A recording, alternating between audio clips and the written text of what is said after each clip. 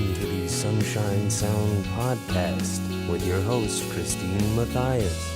You hear, oh, you have to save for the future, you have to save up money, and then you also are expected to live your life to the fullest at every second. And how do you do both of those things? And how do you do that when you are going through a really rough time? What do you think about when you're... That's deep. Heavy. Hello, and welcome to episode number 23 of the Sunshine Sound Podcast. Somehow we are already on episode 23, which means we've been doing this for almost 6 months, which is pretty cool. The time has really flown by. We've had so many great interviews, and really this started out, I just wanted to talk to some of my musician friends and talk to some of the artists that I've met here in San Diego, get a chance to spend some more time with them, to hear about their motivations and their process, and listen to a few of their tracks. So sometimes I reach out to musicians that I don't know, that I've never met before, and that was the case today. This is a band called Strange Ages, and I got a chance to talk to Marc and Eve. So this band, they're a 3-piece based here in San Diego. No guitars, just keyboard, bass, and drums. We'll get to listen to one of their tracks. You'll hear all about their music, but I just love how I can reach out to a band that I've never met before and say, I'm doing this podcast. You don't know me, you've never met me, but come on over to my house, come in my studio, and let's chat for an hour. And they said yes, like most people I contact do, which is pretty cool. It's awesome that, like so many people I talk to on here, they're not doing it for money or for fame, or maybe they are, but maybe that didn't really come across. But I can see that they're just doing this because they love it, because they get something out of it. They have something to express. And whenever I give people the space to open up about that, I hear so many cool insights just about what it's like to be a musician, what it's like to write music, and just what it's like to be a person in the world. And somehow having this podcast allows these people to open up about things that otherwise you wouldn't in the first hour of meeting a person. So that's pretty cool. That's kind of my favorite thing about this. So without further ado, let's get to the interview. I hope you enjoy. Okay. So today in the studio, I have Eve and Marc from Strange Ages. Thank you for being here. Yes. Thank you Yeah. for having us. How's it going? Pretty good. Had a long night last night, but I'm hanging in there. So Did you perform last night? Or every night I go out, I perform. No, I just went out, had some drinks, Sure. etc. Gotcha. Yeah. Cool. So tell me about your bands. Like, how do you describe it? That would be the first question. Yeah, I know we were like, what? I wonder how she's going to describe it, because we don't really know how other people think of our music. I know that our influences are from a number of places. I listened to classical and jazz growing up mostly. That's what my parents listened to, and the Beatles. Mm-hmm. And that was it, basically, until I was a teenager.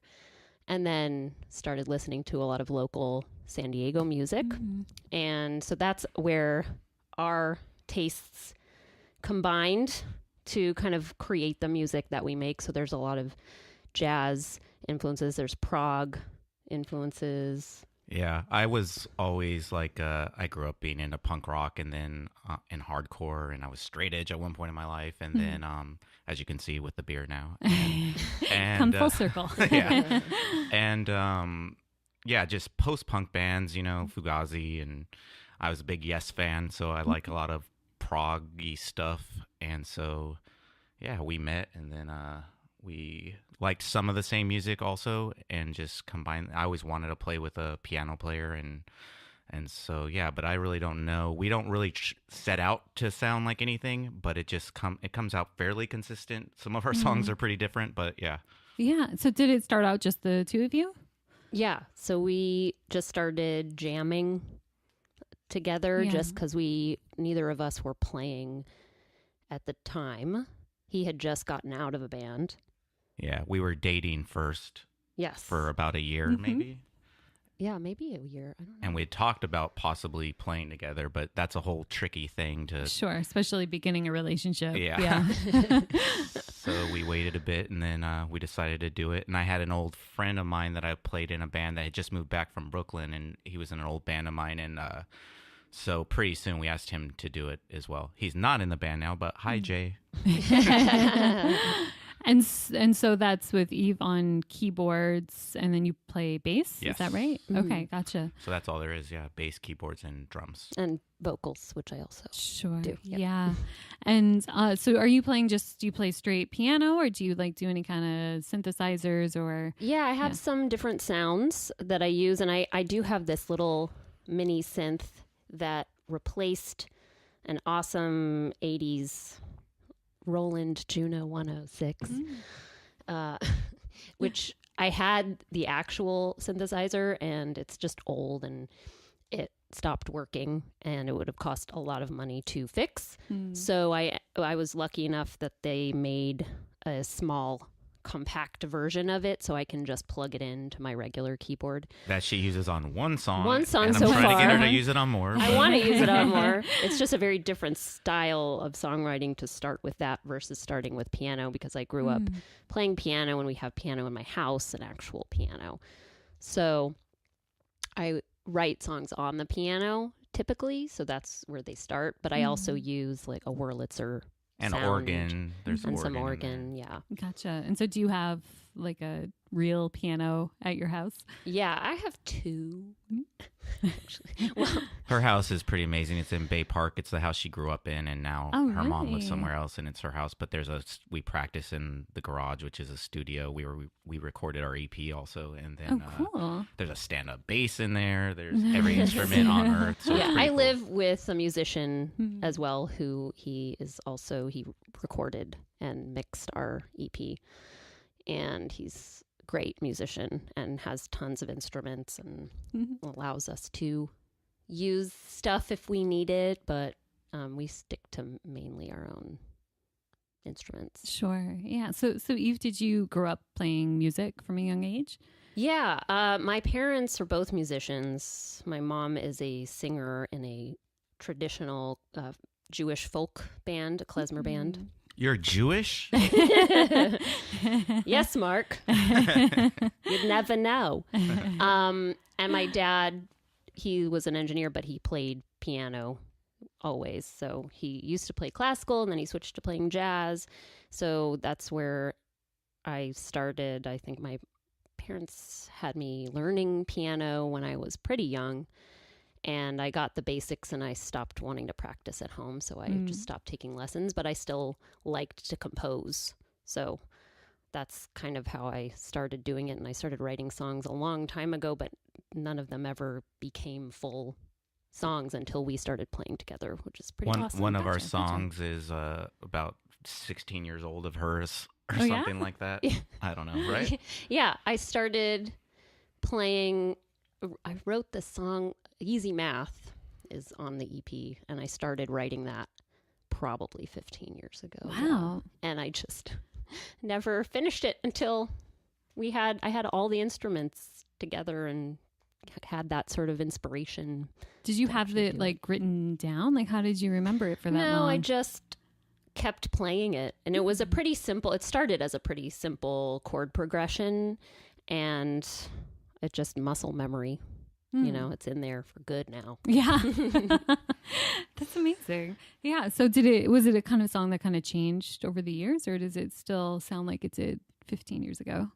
The initial chord progression is the same as when it started, but it's gone through a few melody iterations of different lyrics have been put on top of it, and nothing ever really felt right. And then I added a couple more parts to it as time went on too. Well, and as a band, we definitely changed it to a point too. Yeah, absolutely. We changed the structure of it, and I just keep any song that she writes or has for a while I just ruined by making a lot of mathy and stoppy parts. I wouldn't say ruin, I would say improve, actually. And so, Mark, when did you start playing bass? Was that your first instrument? Yes. You don't hear a lot of bass players that actually started on bass. That's I think cool. I choose everything for the hardest path in my life. I don't know why, but I just decided when I was like 17 or something that I wanted to play an instrument, and I just said everybody's a guitar player, so I'm going to pick bass. Sure. And so I got some red, like a candy apple red Squire bass, and played in a punk band. And then, yeah, I've always loved bass, and it's I don't play it like a lot of bass players play it. Not to like, I'm not tooting my own horn, but no, I just I like playing a lot of chords on it, and it's good in this band that we don't have a guitar, so I can really do a lot of stuff that doesn't interfere with other instruments. Sure. Yeah. So I played since then and never really stopped. I've told myself I'm going to quit playing music a few times, and I have, but I've always come back. Why do you keep coming back?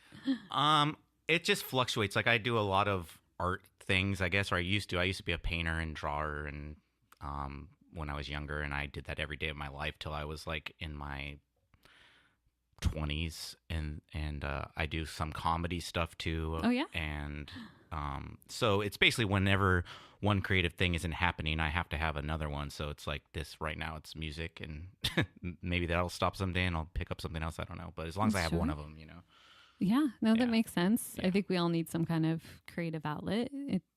Yeah. So where do you both feel like you are musically now in terms of like how big is this in your life right now? Probably bigger in my life than her life. I put more importance on it, I guess, in a way. I mean, she it's important to her too, but yeah, it's extremely important for me to have a musical outlet, but for my personality, it's just harder because well, I mean, when we collaborate, it's great. That's what I need is collaboration to really feel productive and feel like I'm actually putting something creative out. And so I do improv as well, and that is just easier because you just go and show up and then you goof around for a bunch, you know. And if you like the people you're doing it with, it's just really fun. Mm-hmm. She asked me to do improv. I said no. Really? That's a little improv joke because that's the rule. You're not allowed to yes, say and no. Right? But that is true also, yes. No, but it is important to me. Like this is the first thing that I've kind of done on my own without like my friends I've played in bands with forever that always were kind of the leaders of bands I've been in. So this is like the first one where I'm kind of the leader. Not to say we both don't do things, but I kind of... We're co-leaders. We're co-leaders. Yeah. But a lot of the show, we both do things. But it's more so like just left up totally to us without a ton of my old connections and stuff. So it's kind of... it's a lot of effort. And just being in a band in general, which is just... it's a lot of effort that people don't see. Like people, when they go to shows, there might be 20 people there and they're talking and drinking and not paying attention and don't realize you just like crammed in 3 practices in a week and you put a lot more importance on it than a lot of people that would just see a band would think of, Yeah, definitely. You lug your stupid gear everywhere. Gear's the worst. It is. Now, when you guys started playing, did you play without a drummer or what? We did for a little bit. Never a show. We never had a show. Not a show. But we did, like, her and I just wrote maybe like 1 or 2 things. I had a song, and then was it one of the Evangelia was my song, and then your song was the first one that we played. I've been the one from 15 Easy years Math, ago. Yeah. maybe. That's the cool thing, too, about our styles. We have a lot of similarities in the music we like, but our styles of writing songs are very different. And then when we bring them together, they might on their own be kind of generic if we just wrote a song, each of us. But when we How dare you? I've said this a million times because that's what I love about this is when we bring our styles together, it actually creates something a little bit unique, which is nothing is unique, but it's more unique than other stuff. I totally get what you're saying. Yeah, I'm sure. pretty picky about the stuff I listen to. And if it's not at least a little bit unique, I'm just bored. Sure. And Yeah. so- Yeah. I'd say there's definitely a lot of just kind of tasty things in your music, like kind of unexpected turns that keep the listener interested. And I think that's probably because of exactly what you're talking about. Thank you. Yeah. Just keep talking about that, and we'll sit here and take it. No, I think that's one thing that I care about a lot. Is just like she said, is that just not to be standard and Stagnant. not try to sound Yeah. like anything, and to curate yourselves well. You know, like I really try to. I just think I have a good ear for knowing if something is cheesy or lame, and I just try to really not settle for something easy, you know? Sure. That's not to say that our influences don't come through really obviously sometimes, but they're not necessarily things that people are really listening to a lot right now. So, like, we both grew up and know now Paul Jenkins, and my favorite band was 3 Mile Pilot for a very long time, and his is Black Heart Procession, and One of my favorite bands, Nice. yeah. So that song I wrote 15 years ago, I wrote because I was listening to 3 Mile Pilot a lot, and I was like, I can write a song like this. So that's how it started. It doesn't sound like that now, Right. but it definitely started that way, where I was like, this could easily be one of their songs that I just ripped off. But yeah, you I know, mean, you that's know, how you write. Inspiration ripped off. I don't know where the line Yeah, is. that's right. And so, Mark, when you were playing in punk bands, is that all in San Diego? Is that where you've always played music? Yeah. Yeah, I'm from here. We're both actually from here. I always played in bands here. Yeah, just I've always been the weirdest thing, and I wish that someday I don't think I can now. I'm too old and tired, but I've always only been in one band at a time. Like all my friends are in multiple bands. I've never done that. I've just put everything into one band, and that's just how I've always been. So it's been, I don't know, I guess I've been in maybe like 10 bands at this point, maybe not even that many, but because it's only been one band at a time for several years, you know. Yeah. Yeah, no, that you don't often hear that, especially from a bass player. Yeah. If I was a drummer, drummers are always desired, you know what I mean? Yeah, absolutely. Well, I'm not the easiest person on earth to work with, so He's got opinions. A lot of musicians say that. Yeah, I mean, it's hard to be in a band, you know. It is. It's because it's supposed to be fun, and you're putting your free time in it, and most of us also have full-time jobs that we're managing. and- Right. Yep. Yeah. Yeah. I think that is really the hardest part about putting that level of energy and just setting your expectations properly, especially if you're in San Diego playing in a band. It's not a musician city. Right. So there's a lot of musicians, a lot of great musicians here. Fantastic. But you have to go to LA to get a crowd that wants to actually be there and listen to you. And, you know, unless they're your friends, and that's great. So at any given time, half the people in the audience will be your friends who are also in bands. Sure. Which is fine. Yeah. And it can be hard to get your same friends to keep coming out, unless they're also playing the show with you. Yeah. That helps. I think the cool thing right now is, I don't know, with both of us, we've just recently had our friend group just kind of expand with all really great people, and it's kind of weird that it happened this late in life to me. Like, because San Diego is I was talking to, what was his? Tom. Sorry, I'm bad with that. I was It's talking to Tom. recorded. It's on record.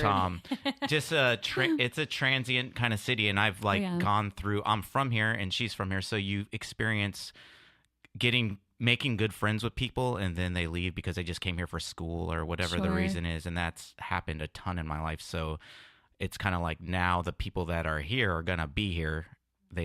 We're older now, and so yeah, the friend group has expanded, and we're friends with a lot of bands that are in that group. So it's just like we all support each other, and it's kind of a really good time as far as that goes. Like, it's hard. I think it's the hardest thing for us is to actually make fans that are younger, or that actually, I don't know what the scene in San Diego is now with young people. I have no clue, but not that I'm a dinosaur. I mean, I'm only 27, guys. Yeah.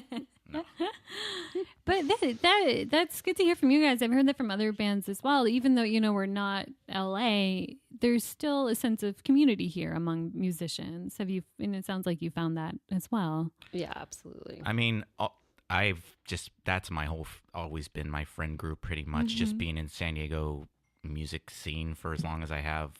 So yeah, and it didn't always start. I guess when you're younger, it's just there's a lot of superficial reasons people do things, and it wasn't as supportive. But I think it's pretty supportive now overall.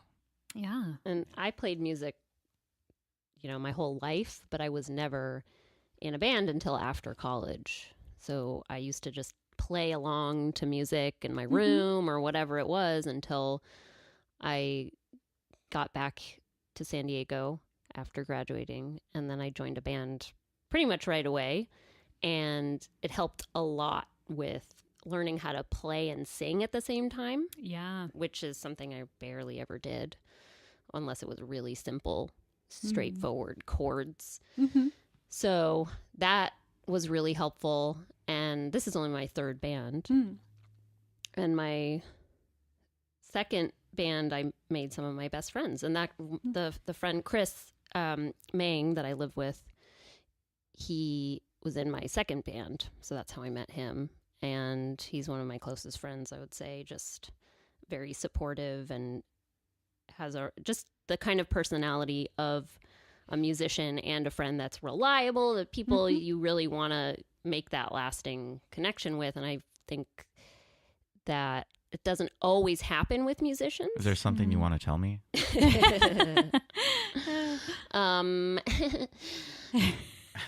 Mark and I are great together and everything's fine. Is that what you wanted to hear? Oh, yeah, for the listeners. Yes, of course. So what was that last band that you were in? Martian Horses. Cool. It's not called that anymore, and it still kind of exists. Oh, okay. Do you still play with them? No. Okay. It became more of a recording project for now. For many years, that's what it's been. So they were making an album, and it started out as a 9-piece band. Oh, wow. So there was an orchestra section, and we had all the standard stuff, and I played keyboards and backup vocals, and then it kind of dwindled down until it was just 2 people. Oh, big change. They record at my house, and so I'm just like, hey, whenever you need me, just let me know. I'll be here. Well, those 2 guys play every instrument anyway. So they're also amazing musicians and songwriters. So that was a very different thing for me too, is that I've always been in the bands where I wasn't the leader at all in any way. Now I sing and play keyboards at the forefront, which is a very different experience. Cool. And you might have already said this, but is this the first bands where you played your own original music, songs that you wrote? Pretty much, yeah. The first band I was in, the singer-songwriter wrote most of it, but I would always write my own parts. And then I did have 1 or 2 songs that I wrote the basis for, and then we created the song. But mostly it was them. And that was more poppy and very straightforward, simple stuff. So this is the first time where I've written, unfortunately, complicated things for myself to play while I'm singing.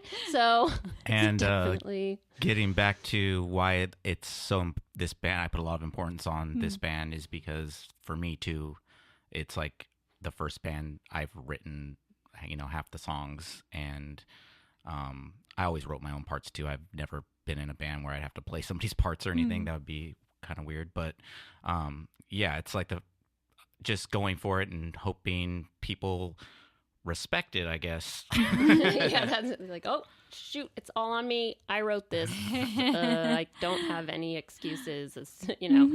The Martian Horses, again, the lead singer of that is a brilliant songwriter, and I completely trusted him, and Chris, who did a lot of the arranging for the horns and strings that we had. I completely trusted them to write something that I would be happy to play. So, and a lot of times, because they had to arrange the music for 9 people, if you write your own parts to it, you have to think in a very different way about how it's going to fit. So letting them do that I was happy to do that, just let them take care of all that stuff and know that it was going to be good. Yeah. It's more like playing in an orchestra or something. Yeah. Yeah. Yeah. Which I did. I played in band in junior high, and I always loved how that would come together. And it was funny because I played the keyboard in that junior high band too, but they didn't have any keyboard parts. Oh, They really? I usually ended up playing the trombone part on the keyboard. So like one note at a time? Yeah. Wow. I was really good at reading bass clef for a while. just Trombone and bass clef? Reads bass? I didn't know a that. lot of it, yeah. Oh, I didn't know that. Yeah, I was playing the bass lines. This for a is lot way of above stuff. my pay grade. This technical talk. I can do it, but I just don't know how to talk about it. Sure. I guess now I'm thinking about it, trombone's pretty low. I guess that makes sense. Yeah, It'd it's be part of bass. the low end, at least in the pieces we were playing it. That would be very interesting to get the just trombone that played the high notes in a piece. Yeah. That'd be cool. That would be interesting. Yeah. So now you said it's like 50-50 with the songwriting? Yes. Yeah, I would say so. A lot of it, he comes up with his bass line, which is a chord progression, usually, because it's his bass. That's one thing I really loved about his playing, too, is that he plays chords in the upper register, and I've always loved that sound. Again, going back to Paul Jenkins, kind of. Well, Zach. But yes. yeah. And so now I've lost my train of thought. And songwriting. Oh, so like, Yeah. we've So done we'll a couple. Like we've had before. I was in a band called Lost Pets right before this band with my friend Scott Mercado, and we. Now I lost my thought. We songwriting? You wrote a couple things for oh them yeah, I that wrote a couple never- things towards the end of that, and that band fizzled out, and so I had something in the queue, and she had a few things in the queue, and then we worked on those existing things that we had for a while, and then there was a couple songs on the EP, or at least one, where we just kind of were in my or her living room, I think both, and just kind of like wrote it together. Like Yeah. What's that one called? Weightless was kind of like that. Oh yeah, that was a really interesting one where I had kind of written a few bars of it, and with a completely different mindset of how this song was going to turn out. It was very slow and kind of dark, and then he wrote this bass line for it that I was like, I would never have thought that this would fit here, and it was great. It was like, oh, this is completely unexpected. This is nothing you would ever expect would follow this chord progression or this vocal melody. So I usually do write the vocals and the lyrics, but we always talk about what do we want the song to be about. Sure. And then if that works for both of us, then I'll kind of go off on that. Gotcha. So do you kind of go off on your own to write lyrics? Yeah, usually. And it's nice. It's the only way I'm using my creative writing degree. So Well, my song that the Evangelia was like the first one I came in with, and she asked me, because we didn't even know each other super well at this point. I mean, it was a year in. We knew each other well. I mean, as soon as the first time we met, we felt like we knew each other. But yeah. you know, it's interesting. You don't know. You're vulnerable when you start playing with somebody, and especially when you're dating somebody, you start playing with them. It's just kind of a weird thing. But I came in with that song, and then she asked, like, well, what do you see with this song, or what do you want the lyrics to be about, or what do you feel it is? And she's like, send me some like images or something that you think of. So I just sent her like a French mime and and like a ship or something, and I forget what else, something very bleak, and then she came up with lyrics to it. So that was kind of cool. Yeah, I like working off of that. If somebody doesn't actually know what the song is really about, Sure. having imagery to go along with that really helps with writing lyrics. And in that one, it was more about writing a story in the lyrics. And a lot of the other songs are not so much about a story. They're more Personal. abstract or personal. Yeah, Sure. This one was not so personal. It had a little bit of that personality in there, but yeah, that was definitely, it's nice to have that sort of inspiration, and I need that kind of structure in my life when I'm writing stuff. I need prompts or, something to give me a frame to work in. Yeah. Does it help to have prompts that are kind of abstract or visual? Because sometimes it can be, I feel like if you conceptualize things too much and put it, it's kind of switches to the other side of the brain, if you know what I mean. Yeah. Yeah. Yes. That gets in the way sometimes. I have a very logical brain that can hinder me sometimes when I'm doing that. But I think the imagery helps a little bit to make it, if it evokes an emotion, that helps a lot too, because then you can write much more easily about emotions than just things. But we definitely overthink everything. And we just got a new drummer recently, and he's not actually a drummer. But he's a really great musician. He's he's been in bands. I've known the guy for like 20 years. John Matos. Yeah, he was in this band Ilya for a while, and then now he's in this band Warsaw. But he's a bass player also, and he plays guitar and everything. He's a really good musician. But he's just one of those guys that every band has this where there's a band practice and a break, and everybody goes outside, and one guy will go to the drums and play them while everyone's on break. So he's kind of been that guy, and he's just been doing that for so many years. And he's like actually a really good drummer, and he's gonna probably in like 6 months be a great drummer. But it's a very hard band to try to teach somebody the parts of, because there's just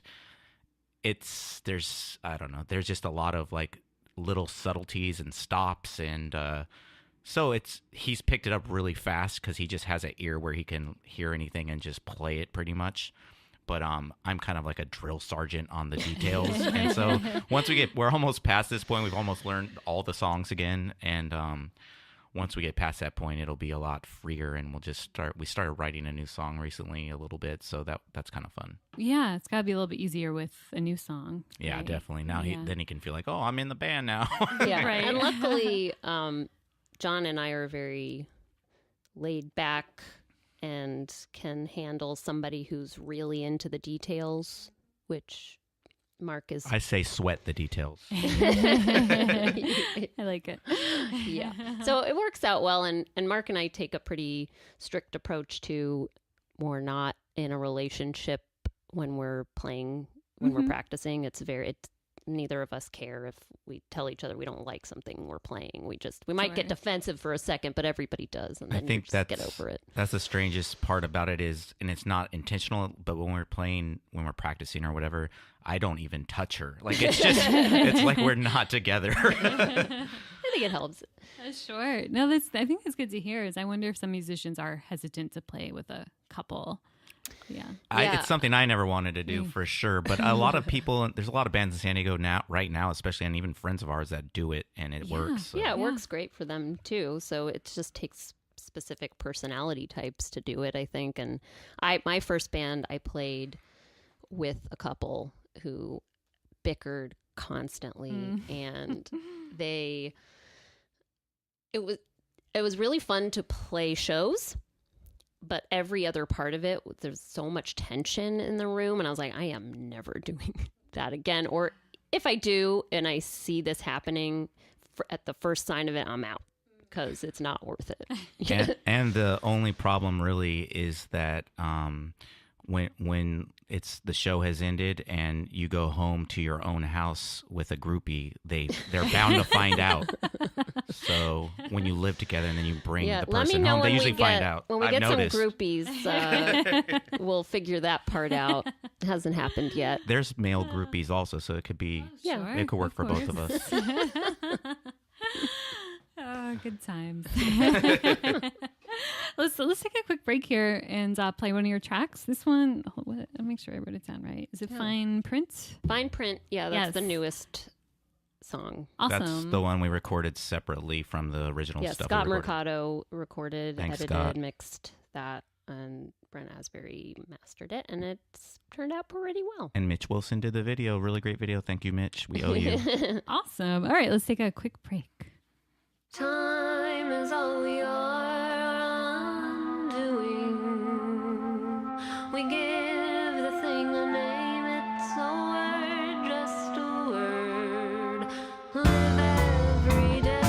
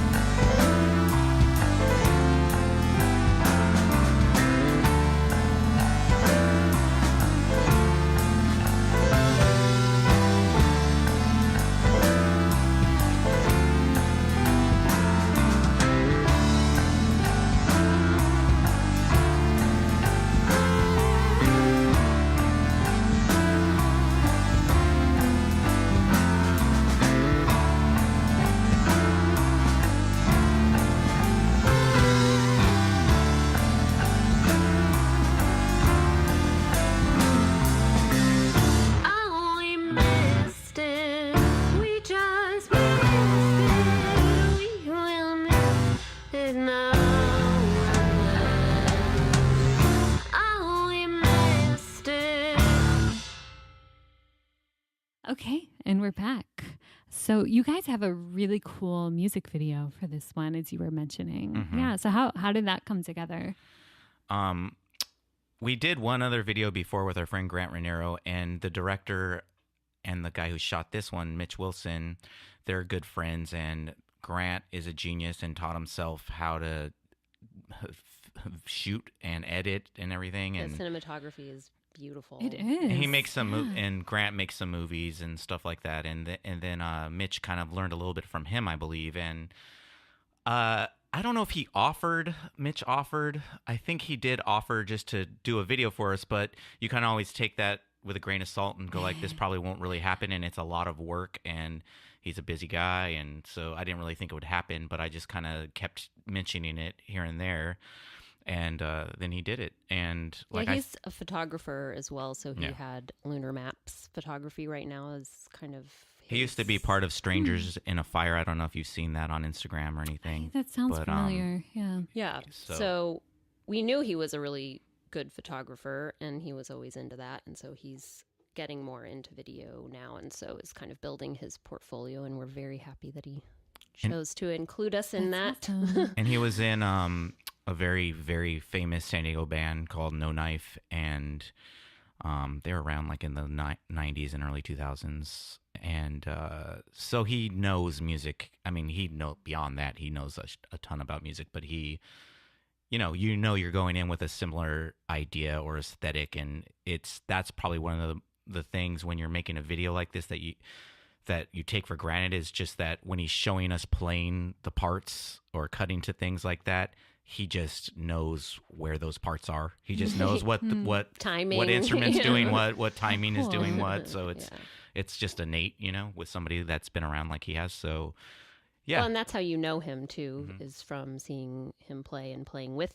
I don't think I have ever played. No, we did. Focus Group opened up for No Knife. I was in a band called Focus Group with Grant, and Mitch was actually in it at one point too. But we played at Belly Up and opened up for No Knife one time. So I've known him forever. Literally, I was at one time a 16-year-old kid at a No Knife show, like in East County, just like screaming out, "Play Sweep Away My Shadow," and then he became a good friend of mine later. So it's just kind of funny. That's awesome. Yeah. And so what was it like to make that music video? Like, did you have the concepts, or did he come up with the concept? It was pretty interesting because he had the original part of the concept, which he wanted us, it's totally his aesthetic, where he wanted us to like dress fancy, and he had us a really nice apartment, and he wanted it to be really classy and kind of like also like 60s-ish, and I believe 60s-ish anyway. He asked me to where the lyrics came from, what they were about, so it could give him kind of an idea. What are the lyrics about? Well, so like I said, it's easier to write about emotions. And sure. So that one I also started writing a number of years ago. I am divorced, and it was when I was separated that I started writing it. I think actually I'd already started writing the music for it, but I started writing the lyrics during not the easiest time in my life.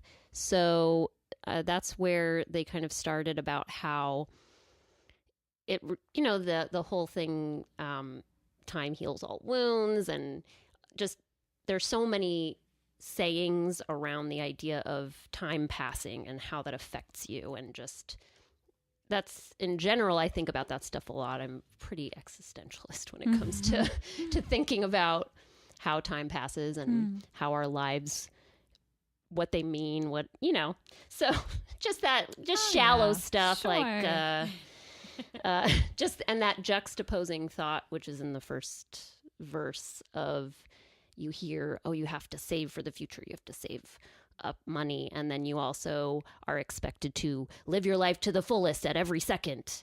And how do you do both of those things? Right. And how do you do that when you are going through a really rough time? What do you think about when you're... That's deep, bro. Heavy. No, but yeah. So yeah, that's what it's about.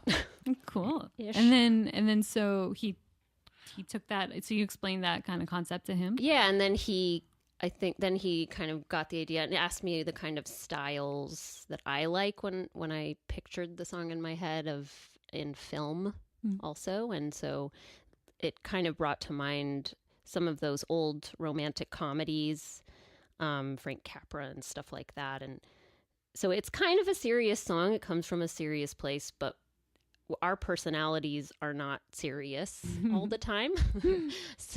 So we definitely wanted to have some of that humor in there. Yeah. So that's where it started. And it was just that, the part that's in the apartment. So he has a really good aesthetic, and he's a very visual person, I think. And so he knew what he wanted it to look like. So that happened. But I always worry that, and it would have been great if it was just that.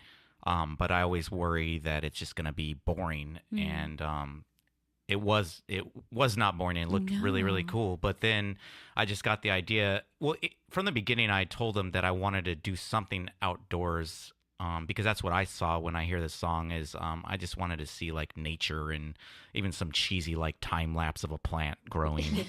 But we didn't do anything like that. But at least we did get.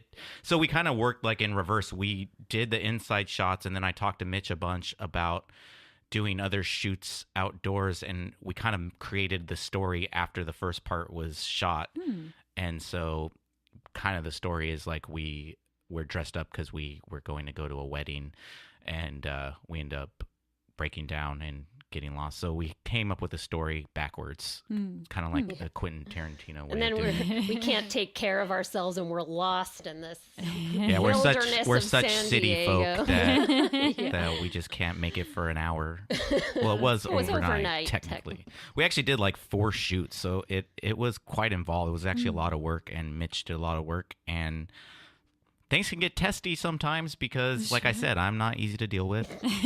We're all artists, so we're emotional creatures. She's the most logical one out of all of us. Like, okay, whatever. Eve doesn't ever get involved in any drama at all. That's amazing. Try very hard And not to. I'd like to say the same for myself. So where were the outdoor scenes shot? Well, I asked my friend Anne, who's she does hair and makeup, and she's really talented. She's also a Lady Gaga impersonator. Really? Yeah. And I asked her to, when we finally came up with the idea, I asked her to do the makeup and hair and stuff for it. So we're trying to think of places to do it. We didn't want to, time was limited, and we didn't want to go super far, and probably would have been better if we just went to like Ramona or something, but even that to city folk is unmanageable. So an hour drive. Yeah, so we she's like, well, I just moved like into Bankers Hill, and there's literally my apartment building hangs on top of like a canyon, like Maple Canyon, so you could just probably do it here. And then she went down and took some pictures and sent it to us. I'm like, that looks like it's gonna work to me, and I sent it to Mitch, and he liked it. So it's all in like Maple Canyon and Bankers Hill area, which is kind of this hidden canyon right there off of, I forget what streets it's even on, but not far off of Laurel and something. Yes.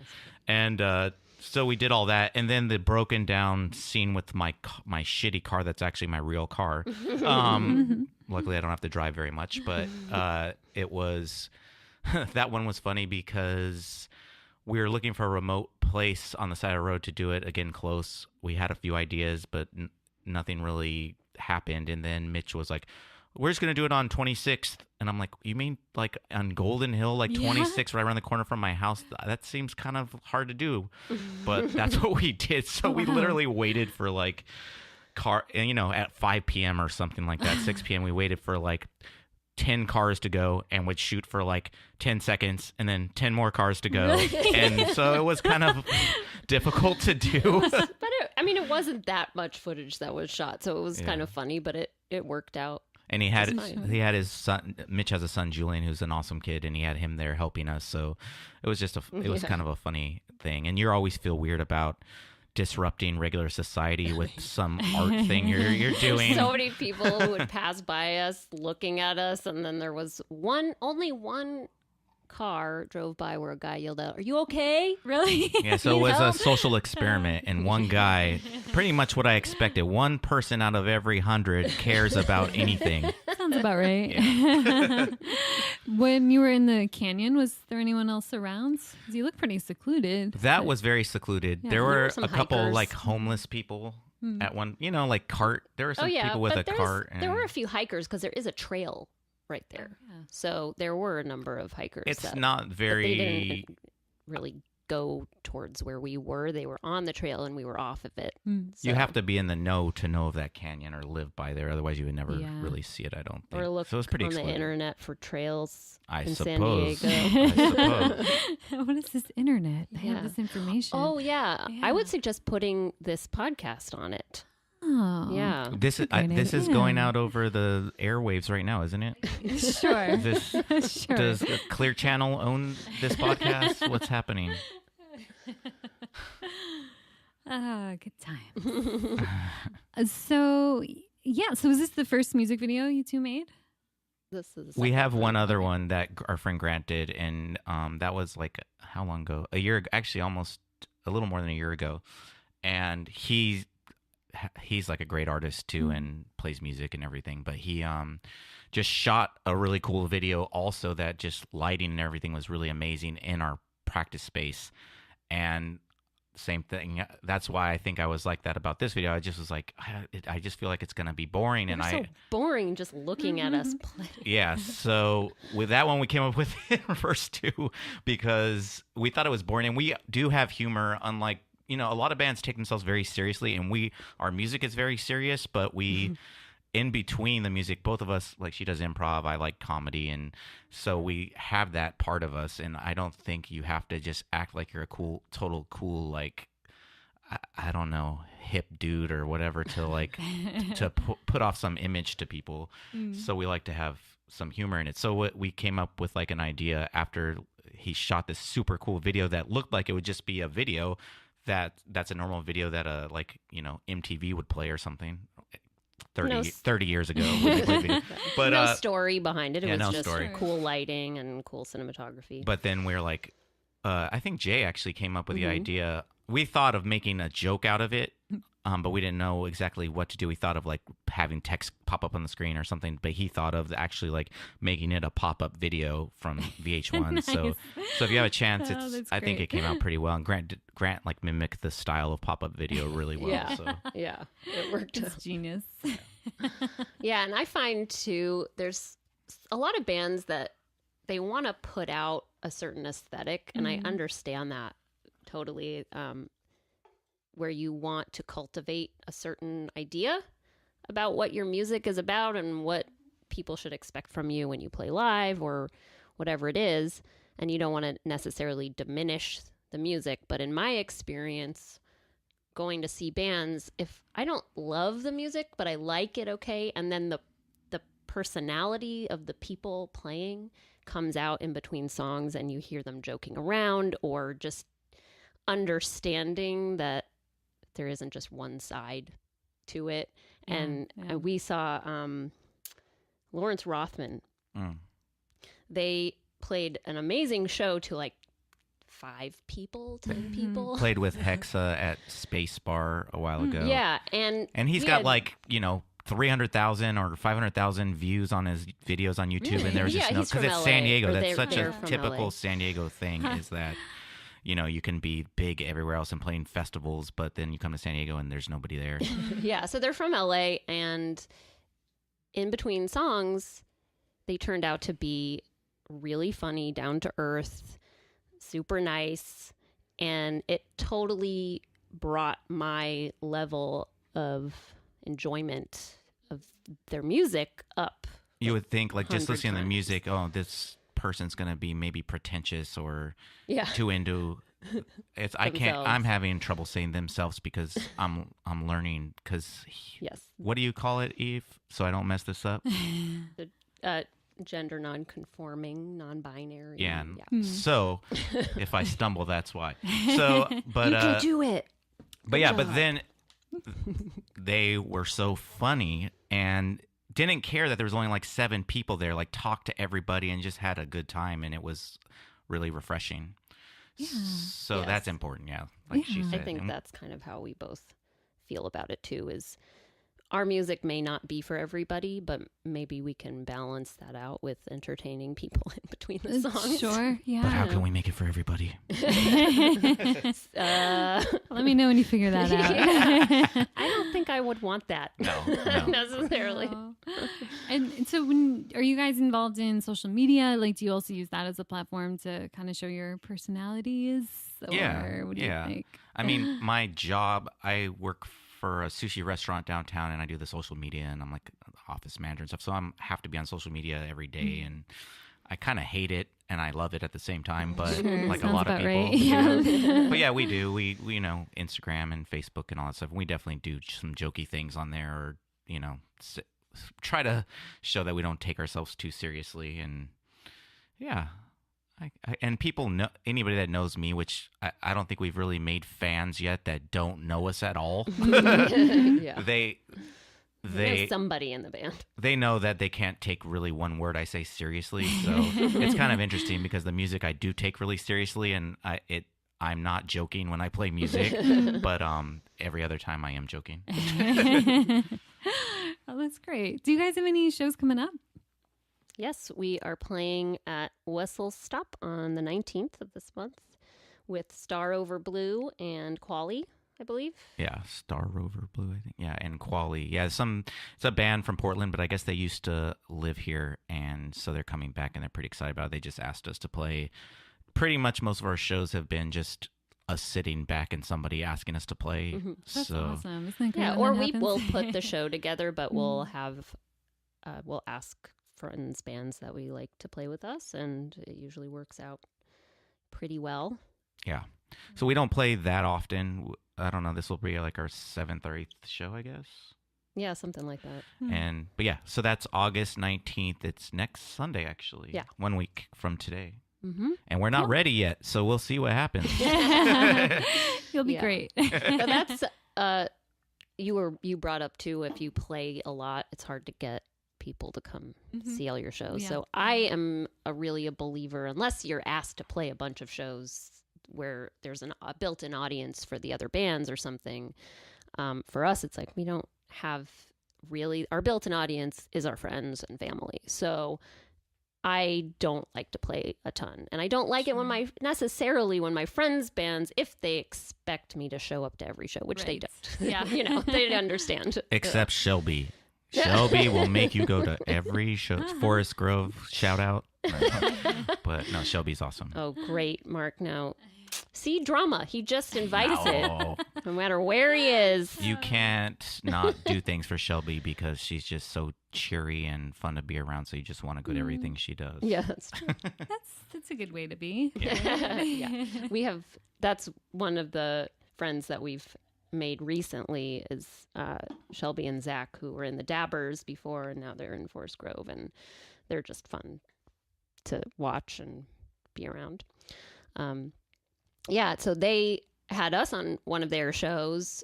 We put together a show for our album release. We played our EP release. We played with Bitmaps, which was great. Oh, yeah. They're always, a little quick awesome tidbit on that. Nice. I know we're running out of time, but the tidbit on that, Drew, who's in Bitmaps, I'm from North Park, but I always went to school in like Del Cerro, San Carlos, like La Mesa area.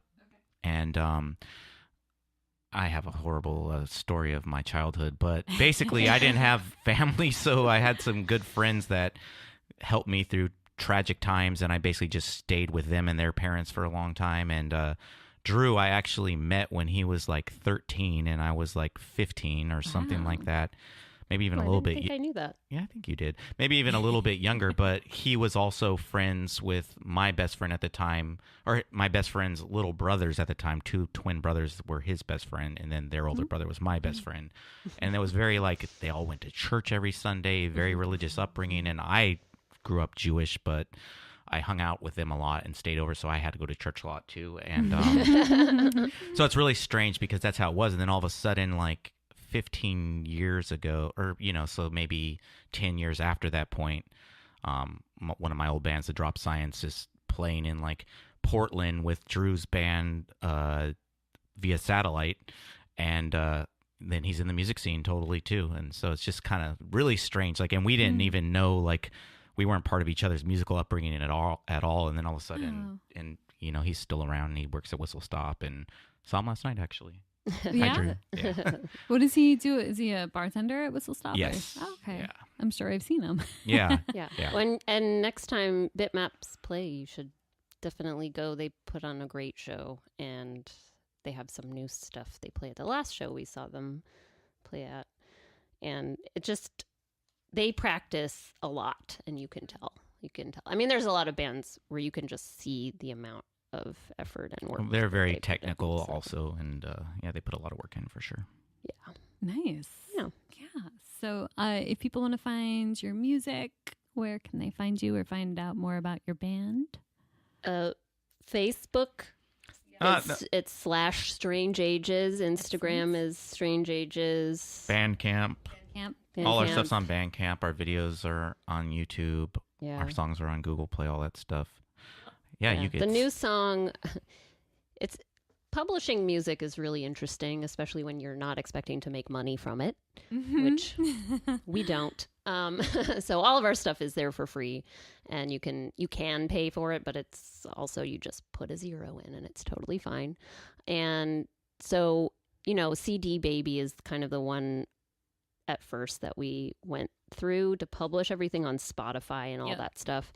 And for this song, it was like, well, I can put it on Google Play for free and everywhere else on the internet for free, and $15 for one song, and then they get a cut every time somebody down, you know, and it's like, I don't know if that's necessary, really, if you're not going in with a business mindset of, I'm going to make music with my music, or money with my music. Right, right. But one piece of advice, and I think we learned that on releasing the EP, nowadays people don't have an attention span. So if you're not a known band, no one's going to sit down and listen to more than one song of yours. So I think our plan going forward is just a single at a time, and I think that's the way to go, and people can somewhat focus on that. Yeah, I'm definitely seeing more of that, even if it's something you're releasing on SoundCloud, just one track at a time. Yeah. That seems very common.